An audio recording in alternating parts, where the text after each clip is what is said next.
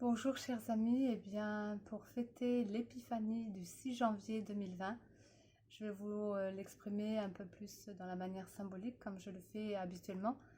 Et vous la connaissez sous la forme de la galette des rois, voilà.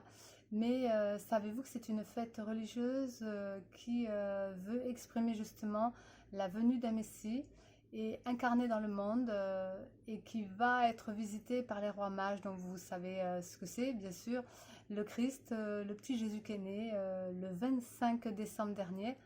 Et bizarrement, eh bien bizarrement, je veux dire simplement symboliquement, 12 jours après, 12 jours, eh bien, c'est 12 mois de l'année, c'est 12 jours et 12 nuits. C'est dans ce sens que du 25 au 6. Et puis 12 dieux de l'Olympe, 12 apôtres, enfin le 12 symbolise vraiment cette ascension qui va permettre justement la manifestation de Dieu sur la terre. Donc incarner la chair et recevoir en même temps ses cadeaux. Alors, je vais parler plutôt de la galette pour l'instant, avant de parler des rois mages. Eh bien, la galette symbolise vraiment le corps. La fève qui est dedans symbolise vraiment l'énergie, cette lumière que chacun porte en soi. Donc, cette petite chose précieuse qu'on va découvrir, est-ce qu'on tombe dessus ou pas. Ça, c'est le jeu pour la galette. Je me rappelais quand j'étais plus jeune, on se mettait sous la table et puis on ne voyait pas. Donc, ça peut faire partie aussi de quelque chose qui est caché. Et on nous demandait donc de désigner quelqu'un qui allait recevoir la part de galette.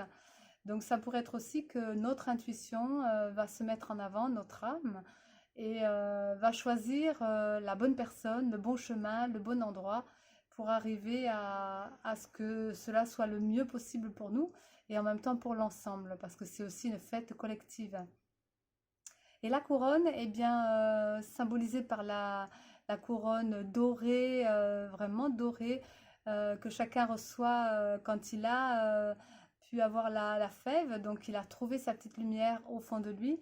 C'est vraiment une ascension de l'être en fait, puisque quand le corps a maturé, qu'il a bien digéré, on va dire tout ça, qu'il a pu avec cette alchimie goûter à cette galette qui fait partie du monde aussi puisqu'on est incarné, qu'il arrive à trouver par l'intuition sa petite lumière intérieure et qui rencontre son âme et qui fait sa volonté d'une certaine façon par rapport à ce qu'il est profondément à mettre en avant comme cette année 2020.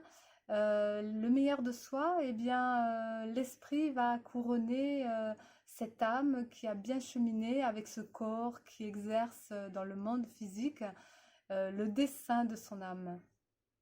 Alors pas que ça, eh bien évidemment cette manifestation de Dieu par les rois mages, eh bien les rois mages arrivent avec trois cadeaux. Alors ces cadeaux symbolisent de la même façon cette ascension, donc la myrrhe qui est proposée au Christ, enfin à Jésus au départ puisque c'est l'enfant, le physique, la chair qui s'est fait naître, eh bien symbolise vraiment cette notion d'embaumement parce que le Christ, justement, eh bien, comme on embaumait les morts avec la myrrhe, eh bien, il s'est fait chair, mais il est immortel, puisque c'est pas un demi-dieu, c'est pas mais il porte en lui quelque chose de grand qui fait que il aura l'esprit immortel et l'esprit dans le corps. Il pourra aussi, comme après, plus tard, la résurrection, partir avec ce corps.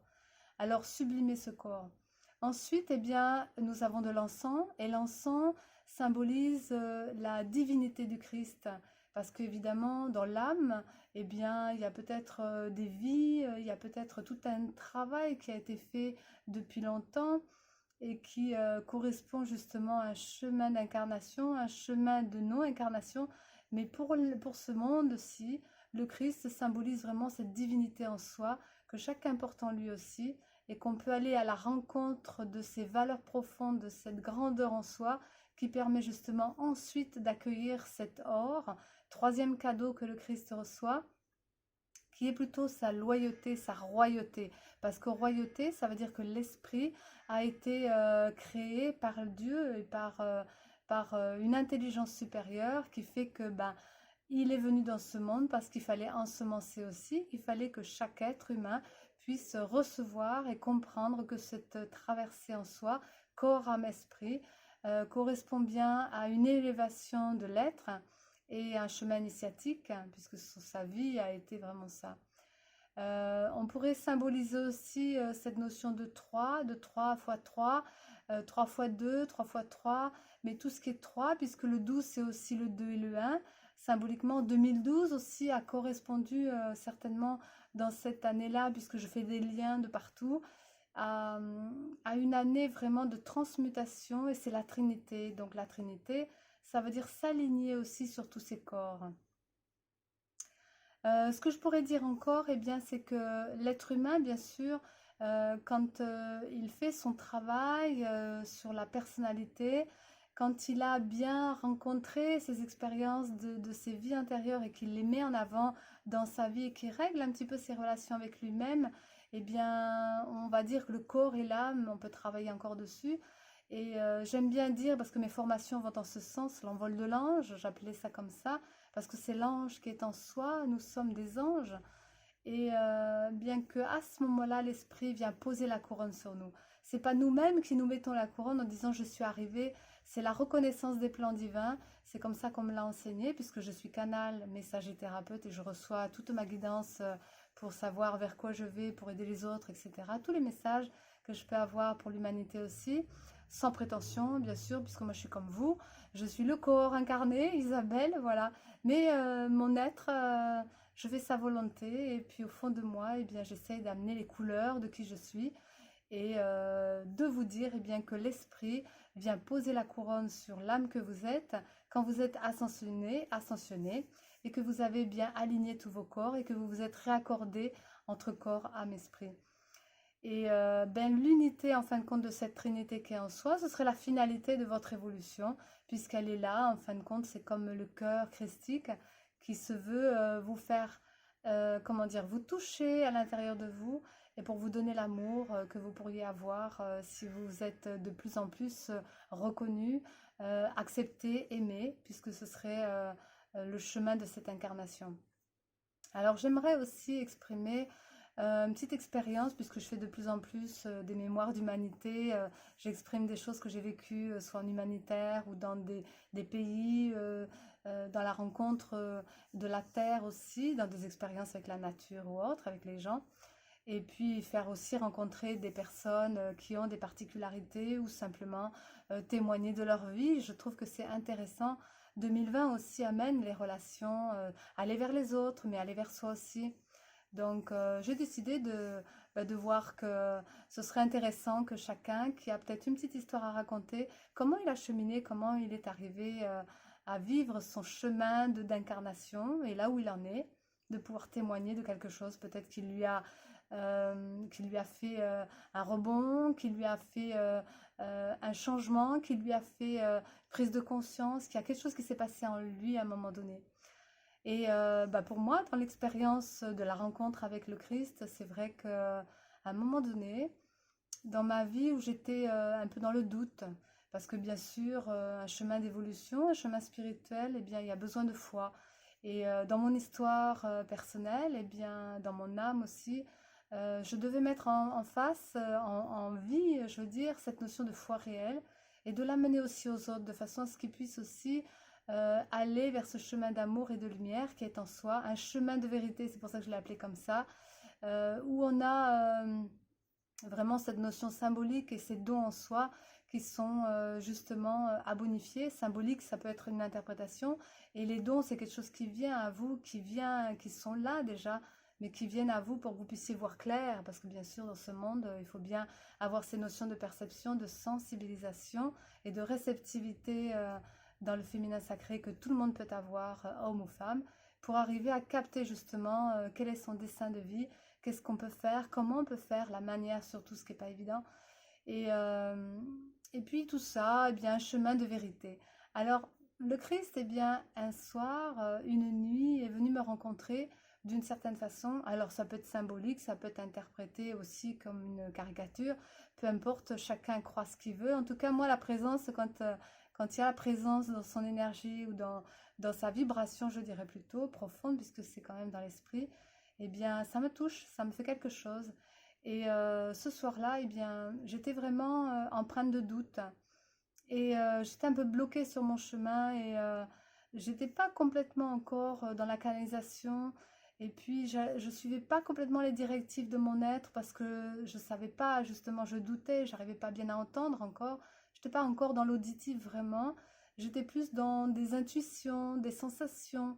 Comme des fois, il y a des gens qui viennent me voir, qui me disent, ben, j'ai des inspirations, je perçois des choses un peu, mais je sais pas trop.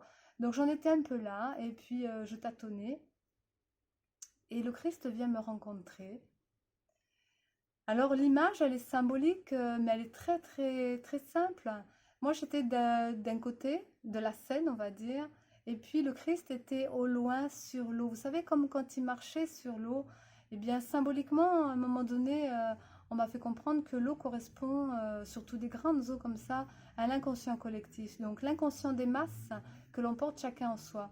Et pour moi, pour arriver à dépasser mon histoire d'intériorisation et de foi, d'aller dans la foi et de pouvoir comprendre ce que ma vie comment elle se présente et ce que je devais faire. Eh bien, je devais aussi travailler sur cet inconscient qui est le mien, mais l'inconscient des masses.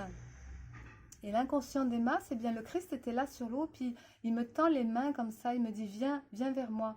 Et je lui dis, ben, quand le Christ vous demande cela, vous refusez pas. Sauf que de chez moi, là où j'étais, pour aller le rencontrer sur l'eau où il était, il y avait un fossé. Et de ce fossé-là, moi, j'ai dit, je ne peux pas traverser. Mon humain ne voit pas, quoi. Et je me dis, mais je vais tomber dans le ravin et je ne vais pas pouvoir m'en sortir. Je ne peux pas aller vers vous, aller vers ce Christ qui me demande. Et puis il me redemande, viens, viens vers moi si tu veux, viens vers moi et je t'enseigne, viens vers moi, on pourra se rencontrer et tu pourras recevoir de plus en plus. Alors bon, bah, évidemment, quand c'est le Christ qui vous demande, les doutes, ben, vous les mettez un peu de côté, vous dites peut-être qu'il a raison, donc on va essayer de suivre sa voie, et puis, bah oui, parce que c'est le Christ quand même, hein. Et que la vibration que je ressentais était puissante. Et souvent, quand j'ai des guidances comme ça, il y a beaucoup de présence et puis on me fait comprendre dans mon corps que c'est important, il faut que j'aille vraiment à l'appel de ça. Alors, eh bien, j'ai osé, je me suis dit, bon, on y va, et puis tant pis si je tombe, et ben, voilà, je tombe, et ben je tombe. Ce sera l'expérience, mais en tout cas, je vais et j'essaye d'aller vers cela. Et bien bizarrement, le fait d'avoir fait cette démarche, je commence à avancer. Et bien vous savez, de chez moi où j'étais, dans mon histoire de terre, à l'eau, la grande eau, eh bien le premier pas que je pose, un pont se fait. Et du coup, eh bien je vois que le pont, il est jusqu'à l'eau où il y a le Christ et que je ne voyais pas. Et symboliquement, ce que j'ai pu retirer de cet enseignement, eh bien, c'était que humainement, c'est vrai qu'on ne voit rien. Mais si on a la foi, donc c'était une question de foi, foi réelle, c'est est-ce que tu le fais vraiment? Parce qu'une foi toute simple dans l'idée, mais la foi réelle, c'est au quotidien, c'est-à-dire dans votre vie physique, dans votre terre, dans votre corps. Est-ce que votre corps est prêt à suivre le chemin que le Christ vous dit, c'est-à-dire la lumière en vous, l'essence en vous? Bien sûr, c'est au-delà de la religion, on est d'accord. Et puis là-dedans, il n'y a pas de politique, il n'y a pas de jugement, il n'y a rien. C'est chacun avec son chemin, il fait ce qu'il peut.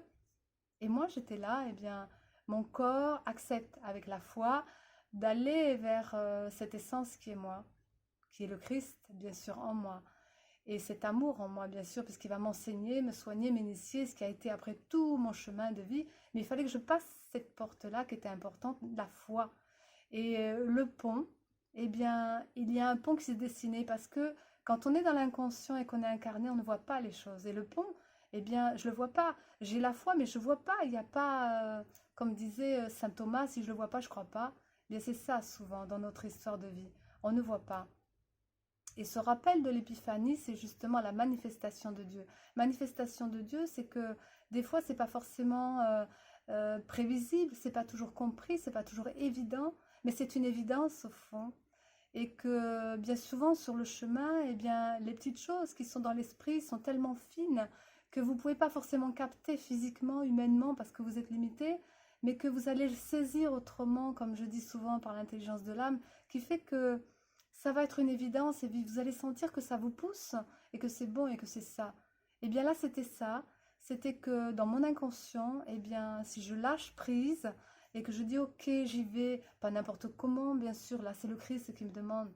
Et dans votre vie, il peut y avoir quelque chose qui vous appelle vraiment. Et peut-être il va falloir y aller, il va falloir oser sauter le pas. Donc j'ai osé sauter le pas. Et que quelques plus tard, quelques mois ou oui, quelques mois, voire quelques années plus tard, parce que j'ai intégré ça beaucoup plus tard, de comprendre que cette eau qui est là, le conscient du collectif qui est au-dessus, l'inconscient qui est justement cette eau qui mouille, c'est l'émotionnel, c'est au fond de soi. Eh bien, le Christ marche dessus. Et bien souvent, cette émotion justement qui déborde de nous, c'est de l'eau. Et le Christ marche sur l'eau. Et on me faisait comprendre que oui, le Christ viendra t'aider à marcher sur tes émotions. Je peux vous dire que j'ai fait un gros travail là-dessus. Et aujourd'hui, je suis vraiment libérée au niveau du plan émotionnel. Je me sens plus investie, dévastée, dépassée. Le plan émotionnel, je le gère, comme je dis, facilement. Pour moi, c'est plus une histoire de problématique. Il y a une émotion, elle passe. Même maintenant, ça passe à côté de mon corps, tellement c'est plus ancré en moi. C'est au-delà de moi et c'est à côté de moi. Donc, c'est une partie de moi qui est partie et qui s'en va de plus en plus. Bien sûr que des émotions positives, mais je parle beaucoup des émotions négatives qu'on peut avoir. Donc c'est une gestion. Donc j'ai appris à gérer. Et il m'a dit oui, tu vas comprendre comment ça marche. Et puis devenir vraiment près de lui, donc de marcher sur les émotions de l'inconscient des masses pour pas être influencé non plus par l'implication à travers l'émotion des autres ni la sienne. Eh bien à travers son corps qui est posé, qui est aligné, eh bien le cœur qui rayonnait et l'esprit qui rayonnait.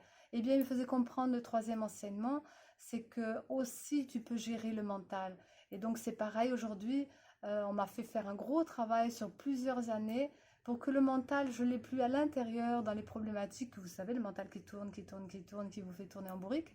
Et bien maintenant, il vient aussi de temps en temps plus à l'extérieur. Mais c'est que de temps en temps ces choses, quand vraiment il y a un gros travail de fond, que bah, peut-être je suis dans cette période, qu'il y a des choses qui se révèlent parce que je suis incarnée et que j'ai pas encore tout réglé de mon histoire. Eh bien, mais c'est quand même à l'extérieur de moi. Et puis, je le vois venir.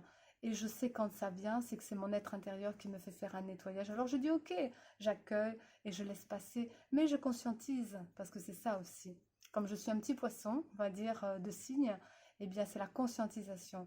Et c'est ce que je sais faire de mieux pour les autres, même si moi j'ai été dans le doute pendant longtemps, même si j'ai pas été consciente pendant longtemps, j'étais dans les illusions pendant longtemps, je marchais à côté de mon corps pendant longtemps, le corps n'était pas incarné pendant longtemps, et que je prenais pas le train, vous savez, je regardais passer ma vie et puis je prenais pas le train du tout, j'allais pas du tout enclencher, participer au monde. Donc tout ça je connais bien. Eh bien cet enseignement du corps, de l'âme et de l'esprit à travers cette notion physique, émotionnelle et mentale, eh bien c'est aujourd'hui l'épiphanie du 6 janvier 2020, un rappel symbolique simplement pour vous dire que si vous allez chercher votre lumière intérieure, si vous faites confiance avec cette foi profonde qui est en vous, eh bien même si vous ne savez pas et vous ne voyez pas à l'extérieur, en tout cas vous allez concevoir, consentir vraiment d'accepter de suivre ce chemin qui est le vôtre, parce que chacun a son histoire. Et puis je trouve merveilleux qu'on soit tellement guidé aussi sur d'autres plans, parce que cette Trinité, elle est là symboliquement, mais on en parle et on en parle depuis des vies et des vies. Mais maintenant, il faut l'incarner, parce que c'est ça aussi. Manifestation de Dieu, on m'a dit que la charge que j'avais, c'était ça. Eh bien, c'est que chaque chose qui se fait, quand vous faites une activité, que vous faites des consultations, des soins, que vous exprimez, les gens peut-être vont capter, peut-être ou non, rejeter peut-être, mais en tout cas, ressentir cette manifestation. Il peut y avoir des miracles comme le Christ il a fait, et qu'il a dit aussi, vous en ferez peut-être plus que moi, parce qu'on porte en soi ce qu'il a amené comme enseignement. Donc nous sommes l'enseignement à nous-mêmes, comme je dis souvent, nous sommes le thérapeute à nous-mêmes, et pour nous-mêmes, mais pour les autres aussi, mais plus dans cette notion de soigner l'autre, mais que l'autre se révèle en tant que thérapeute, que l'autre se révèle en tant qu'enseignant, de façon à ce qu'il puisse être autonome. C'était ça, l'enseignement aussi qui était donné. La Trinité, c'est l'équilibre en soi pour maîtriser, gérer, et en même temps pour révéler tous ces cadeaux qui sont en nous, qui sont l'immortalité, qui sont les qualités divination en soi, la portée haute qui est en nous spirituelle, et la royauté, c'est que notre esprit a été créé par l'intelligence et la création, beaucoup plus que nous sommes, nous simplement incarnés biologiquement, voire nos âmes énergétiquement, parce que c'est une vibration puissante et 2020 va vraiment dans ce sens. Alors je vous fais confiance pour trouver votre lumière, pour que le Christ puisse venir en vous, symboliquement mettre la couronne sur votre tête quand vous aurez bien ascensionné, équilibrer cette trinité et puis la manifester dans le monde, parce que c'est ça surtout. Manifester Dieu dans le monde, c'est vous hein, qui portez cela en vous. Alors, je vous dis plein de bonnes choses, de réussite et à une prochaine émission. Pour la prochaine pleine lune du 10 janvier, je serai là pour vous. Et si vous avez besoin, n'hésitez pas par Skype, des consultations n'importe où en France ou à l'étranger et des projets. Eh bien, si vous avez un projet, un groupe ou quelque chose, besoin de me rencontrer, eh bien, faites-moi signe.